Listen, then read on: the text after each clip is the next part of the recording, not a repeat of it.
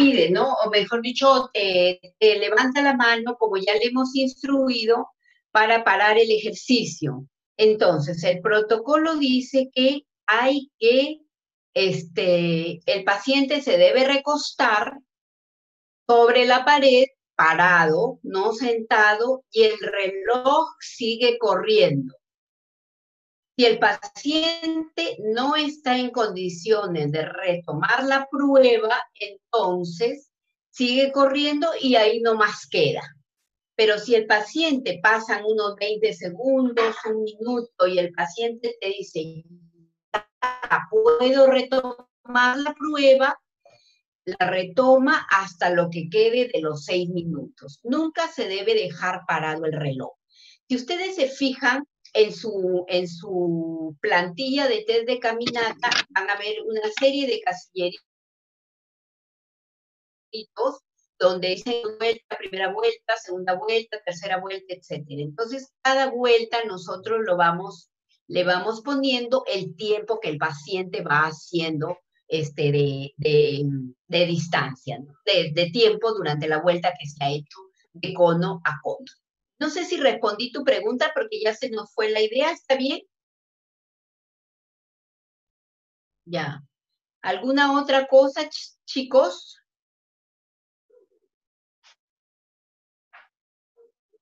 Algo que les haya llamado la atención en la plantilla del test de caminata. Creo que eso es, ¿no? El encabezamiento están los generales de ley y sus datos. Después ya viene el rendimiento vuelta por vuelta. Por circuito es de 30 metros. Entonces, nosotros digamos que un paciente hace 10 vueltas, ¿ya? Si el circuito es de 30 metros, entonces su distancia recorrida será 300 metros. Si su distancia recorrida es 3 vueltas y media, será 90 más 45, ¿no es cierto? 90 más 45, 135 metros. Y por eso es que es bien importante ir midiendo 3 metros, cada 3 metros, poner señales cada 3 metros para facilitar la medición de la distancia que el paciente ha recorrido. Entonces, de las preguntas que hemos recogido es que el circuito puede ser hasta de 15 metros, no menos. En segundo lugar, que si el paciente para, el reloj sigue corriendo.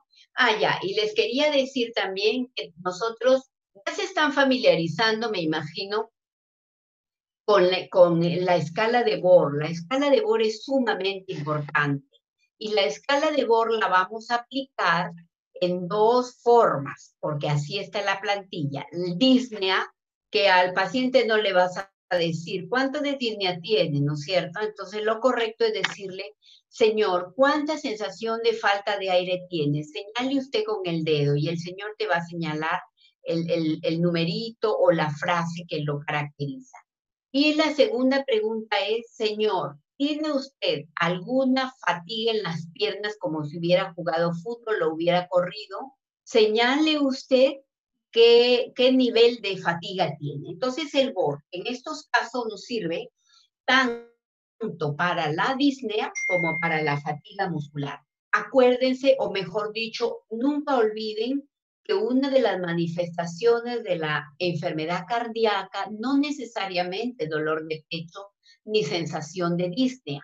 Generalmente empieza o muchas veces se manifiesta como fatiga muscular, ¿no? Entonces siempre hay que buscar la fatiga muscular y nunca dejarla de lado. ¿Alguna otra pregunta?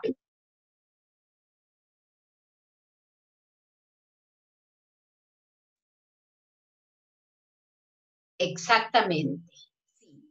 En recuperación, ya, en el casillero de 1 minuto, recuperación al minuto, 3 minutos y 5 minutos, ¿no es cierto? Sí. En la columna de la derecha, ya tanto que la veo, ya me la sé de memoria esa plantilla. En la columna de la derecha, acá hacia al final de la derecha, hay unos casilleritos que dicen recuperación, ¿no? Entonces, ya, ustedes tienen que el paciente terminó su test de caminata 6 minutos y entonces corren y le controlan su pulso, su presión, su BOR, ¿ya? Eso se documenta al 6º minuto. Pero inmediatamente pasa 1 minuto y le vuelven a controlar en la etapa de recuperación, ya con el paciente sentado en la silla de ruedas, en la silla normal, etcétera. ¿Sí? ¿Me dejo entender? 6 minutos ya al final. Al minuto, a los 3 minutos y a los 5 minutos. ¿Por qué al minuto? A ver, ¿quién me da la respuesta? Levanten la mano. Yo ya les hablé o no les hablan ustedes. Bueno, ya, para cortar tiempo no se nos vaya a cortar otra vez el video. ¿Por qué al minuto? Fíjense qué importante es el dato del minuto. Se dice que, bueno, hay un término en rehabilitación cardíaca o en cardiología que se llama la incompetencia cronotrópica. ¿Qué cosa es la incompetencia cronotrópica? Cuando el paciente no es capaz de alcanzar el 85% de su frecuencia cardíaca máxima. Pero bueno, eso lo dejamos fuera, olvídenlo. Pero ¿cómo se manifiesta después del ejercicio? Se manifiesta al primer minuto de haber cesado el ejercicio, el paciente no disminuye más de 12, o mejor dicho, claro, no disminuye 12 o más latidos de la frecuencia con la que terminó. Vamos a poner un ejemplo. Si el paciente termina con 132 de frecuencia cardíaca, estoy hablando cualquier ejemplo, termina al 6º minuto con 132 de frecuencia cardíaca. Yo espero que al primer minuto, después que lo evalúo, ese paciente debe tener por lo menos 120 latidos por minuto. ¿Sí? ¿Me dejo entender? Sí, ¿no es cierto? Porque si no, si el paciente que acabó con 132 al minuto tiene 128, entonces yo abro mis antenas porque ese paciente tiene incompetencia cronotrópica. Y esa es una de las características de la falla cardíaca. Entonces, si yo conocí a ese paciente así, yo espero que después del entrenamiento de rehabilitación cardíaca, esa competencia cronópica se vaya mejorando. ¿Por qué?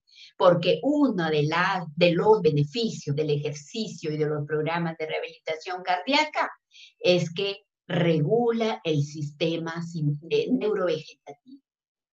Predomina, o mejor dicho, estimula el parasimpático y frena el simpático que está tan alterado en la falla cardíaca. Entonces, el cuerpo aprende a frenar la respuesta cronotrópica. ¿Ya? Muy bien. ¿Alguna otra pregunta? ¿Están listos para el test de caminata entonces, en agosto, que nos veamos las caras? Doctora, disculpe, ¿en qué se utiliza el límite inferior de normalidad? Ya, ese límite inferior de normalidad es un margen que le dan a las mujeres y a los hombres. Si a ti te salió ¿cómo se llama? En tu predicho, 750. A los hombres se les resta 39 y a las mujeres 42. Entonces, ese es el margen que te dan. Menos de eso, ya saliste de la normalidad. Es como decir, la frecuencia, la presión arterial diastólica no debe ser mayor de 120 para los diabéticos, ¿no? Es un límite. Menos de eso, ya estoy pensando por qué no has llegado a esa distancia. Y en la mayoría de casos en ustedes es porque no hacen ejercicio. Generalmente, gracias a Dios, no tienen enfermedades, sino pura flojeritis, aguditis. Ya. Muy bien. Entonces, ya. ¿Por qué decidí hacer esta clase? La verdad es que tengo tantos PowerPoint, les escogí uno que no tenía figuritas, lamentablemente, bueno, pero lo van a ver en vivo y en directo. ¿Por qué? Porque además, además de ser un test bien fiable, lo pueden hacer ustedes con sus mamás, con sus papás, ensayen a hacer un programa de ejercicio y les hacen el test de caminata y después de 4 semanas les vuelven a hacer y van a ver que va a haber variación. Y el paciente se estimula porque ellos van a ver los resultados. Tú le dices al paciente, ahora has caminado muy poquito y después cuando ves sus resultados realmente es una retroalimentación positiva y además es el resultado que correlaciona con un mejoramiento de su capacidad en las actividades de la vida diaria. Tiene más función. Muy bien. Y sobre todo lo quise hacer para que vayan ya ustedes con una base cuando vayan a la práctica. Memoricen las frases estandarizadas y no se rían. Y van a ir con zapatillas, van a ir con buzo, y ahí yo lo voy a descubrir si hacen ejercicio o no. ¿Alguna otra pregunta, alguna apreciación? Sí, doctora, una pregunta. A ver, En las tablitas aparece a ver. que en los tests está por la contabilidad de tiempo del 1 al 6 y también está por la contabilidad de vueltas, ¿no? En la tabulación. Dice ahí como que entre cruces, entre tiempo y número de vueltas, se tienen que tomar los parámetros por cada número de vueltas. Claro. Mira, tú imagina que hay dos conos, ¿ya? Con una distancia de 15 metros. Entonces tu circuito es 30 metros. Tú cada 30 metros, ¿ya? Cada vez que el paciente llega al cono inicial, le anotas primera vuelta, 0,15 segundos. Perdón, 15 segundos. Segunda vuelta, 30 segundos. Tercera vuelta, 22 segundos. ¿Ya? Entonces, ¿para qué medimos los segundos cada vuelta? Gracias por la pregunta porque me permite también explicarlo. Si bien es cierto, lo que más nos interesa es la distancia recorrida, medir el tiempo de cada vuelta me permite ver si el paciente ha hecho un buen test, si el paciente ha tenido una marcha regular durante el test, ¿ya? Porque si en la primera vuelta a mí me hace 30 segundos y en la segunda me hace 15, no hay coherencia, ¿no es cierto? No hizo un ritmo para regular durante la marcha y eso un poco que me invalida el test. No entendió bien, yo no le expliqué bien, entonces para eso me sirve. En segundo lugar, ¿para qué me sirve el tiempo de vuelta en vuelta?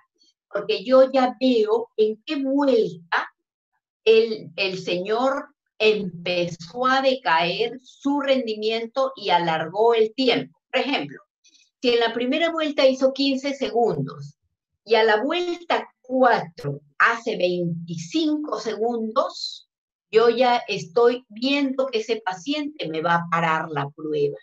Generalmente hay una variación de 3 a 2 segundos, 4 segundos entre vuelta y vuelta en un paciente que no me va a parar la prueba. Pero si hay ese alargamiento del tiempo durante cada vuelta, ya me hace predecir que ese paciente está agotándose y que en cualquier momento me va a parar la prueba y que yo tengo que estar muy atenta a que no me haga algún evento adverso. Por eso es que se mide el tiempo vuelta por vuelta. ¿Sí?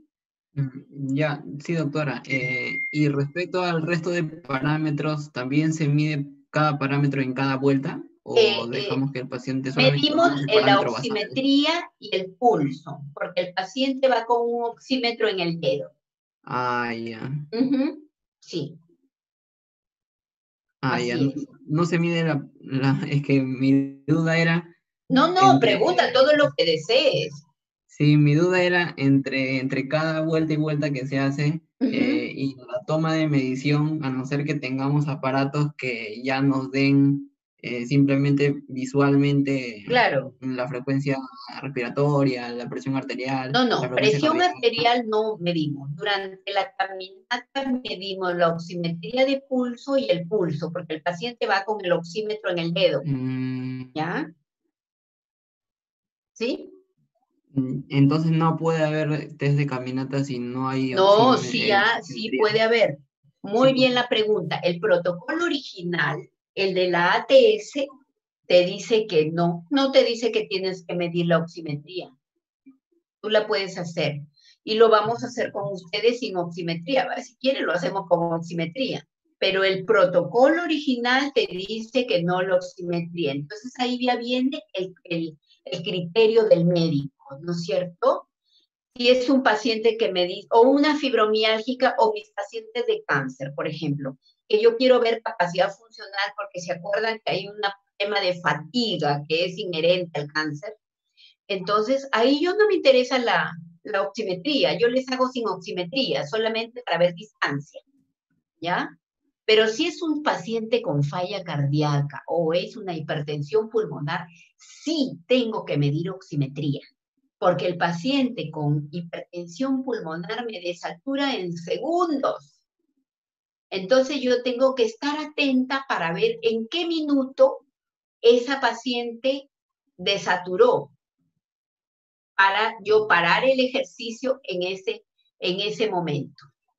Para eso me sirve, ¿ya? Entonces, el protocolo original, el de la ATS, el del 2002, que empezó con los pacientes de POC y que persiste hasta ahora, a pesar de los 20 años que ya han pasado, o de los 18 años que ya han pasado, no te nombra para nada que tienes que medir la oximetría. Los protocolos que se han adaptado ya para la cardiología, eso sí. O sea, sí tú lo puedes hacer en la comunidad sin ningún problema. Ah, ya, doctora. Listo, muchas gracias. Esas eran las No, preguntas. gracias a ti. ¿Alguien más, chicos? ¿Algo de la ficha que no entiendan? Tengo pendientes algunos resultados de sus programas. ¿Qué les han parecido sus programas? ¿Los están llevando a cabo o los han puesto en un marco? ¿Ah? Ya. ¿Quién más? Que levante la mano, a ver. Algunos les debo todavía, discúlpenme, son tiempos bien difíciles porque tenemos un montón de requerimientos por el tema del COVID-19, pero en este fin de semana ya me pongo al día con sus programas, ¿ya?